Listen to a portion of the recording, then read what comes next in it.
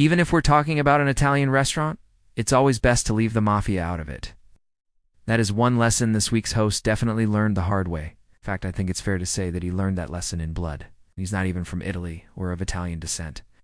So what could have possibly possessed him to do something so crazy? Well, let's find out.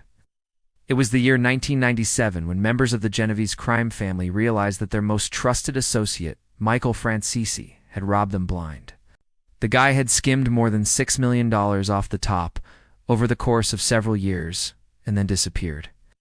Now his boss, Anthony Colombo, wasn't really a patient man, but he was willing to wait until he got his money back.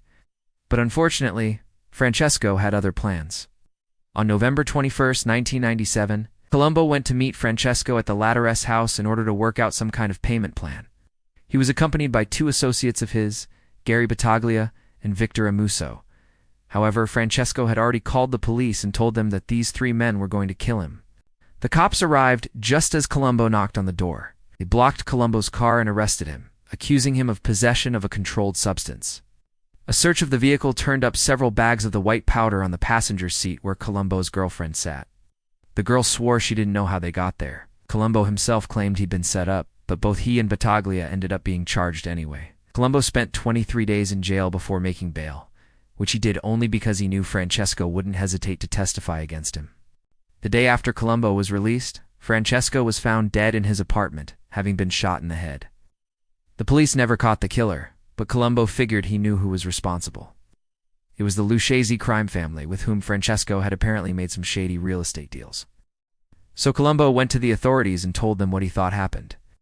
And instead of helping him out, the cops accused him of murdering Francesco. Apparently, Colombo's criminal history made him the prime suspect.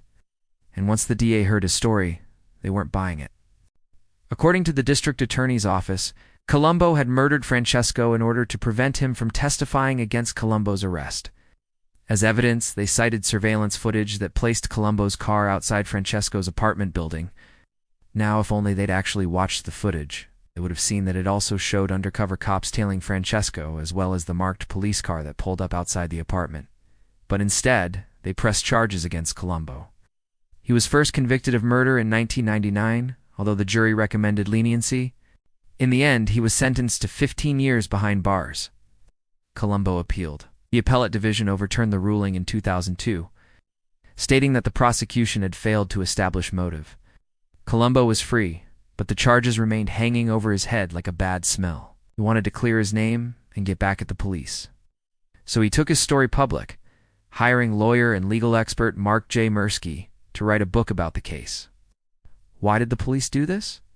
Was there some kind of vendetta against Colombo? What exactly was Francesco's significance in the grand scheme of things? Who exactly was Colombo? To answer that last one first. Anthony Colombo was born in 1948 to an Italian immigrant father and an American mother. His parents named him after the then popular Hollywood actor Tony Curtis. From a young age, Colombo was considered a problem. At school, he beat up his classmates, broke into people's houses, and committed petty thefts.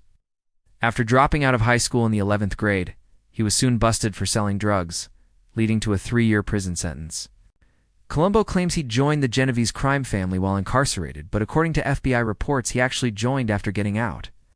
Either way, Colombo became the bodyguard for Matthew Madonna, a capo regime in the Genovese family. Later, Colombo became a captain himself and was put in charge of the family's gambling interests in Las Vegas. This is where he earned the nickname T. Cuddy. He might have gotten it from the TV show Starsky and Hutch. His characters went by the nicknames Starsky and Hutch, or he might have gotten it from a character in the movie Scarface. The sources are unclear, and we should probably talk about Michael Franceschi.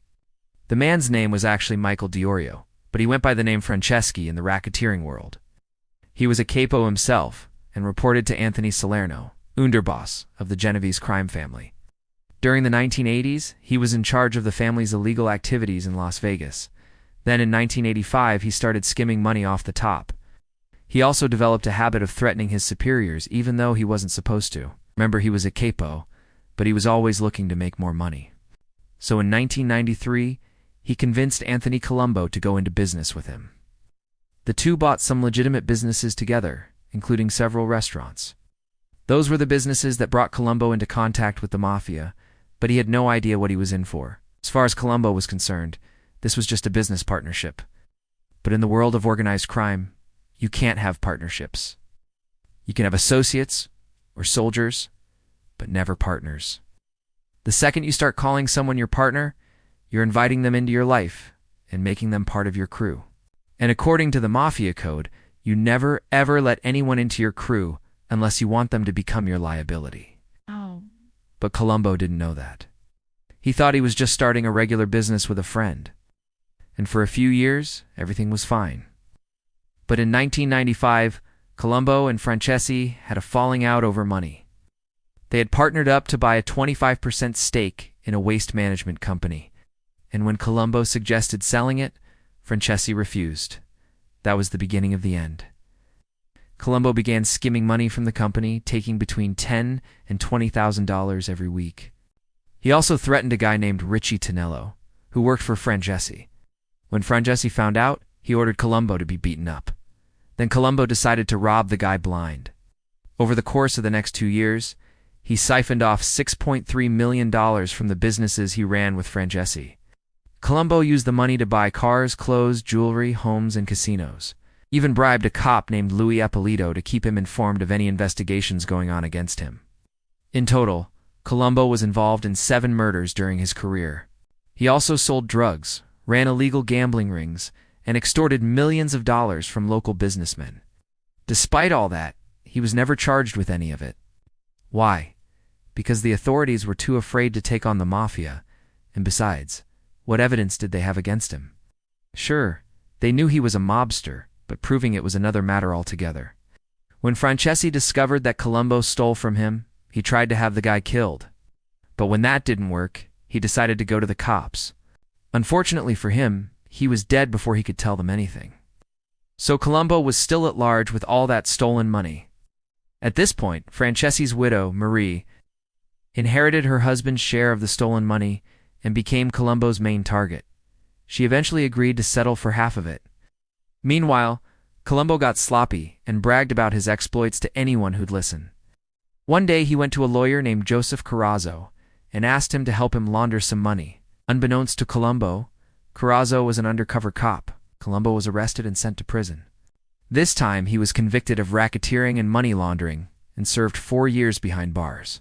Upon his release, he continued his life of crime until his final arrest in 2009. This time, Colombo was charged with drug trafficking and attempted murder. The latter was in connection with the shooting of one of his former girlfriends, Lorraine Bracco, who was an associate of the Gambino crime family. Colombo was sentenced to 100 years in prison. He's currently 74 years old. Will he get out alive? Probably not. And that's probably for the best. Now, as for the murders, Colombo claims he was indeed guilty of 3 of them, but he was acquitted of the other 3. He says he was framed. But as far as I can tell, nobody really knows the truth. For our purposes today, it doesn't matter anyway. The important thing to remember here is that Colombo was a violent criminal, whether he was working for the Mafia or not. So it makes sense that Francesi would want him dead. Even if Colombo didn't steal from him, he still threatened his underboss's daughter. So it makes sense that Francesi would want him dead. Hell, even if he didn't threaten his underboss's daughter, Colombo was still a loose cannon. Ow. The kind of guy who got sloppy and bragged about his crimes. In Francesi's position, I'd have done the same thing. After all, you don't keep a loose cannon around. You pull the trigger and move on. Life's that simple when you're a Mafia captain.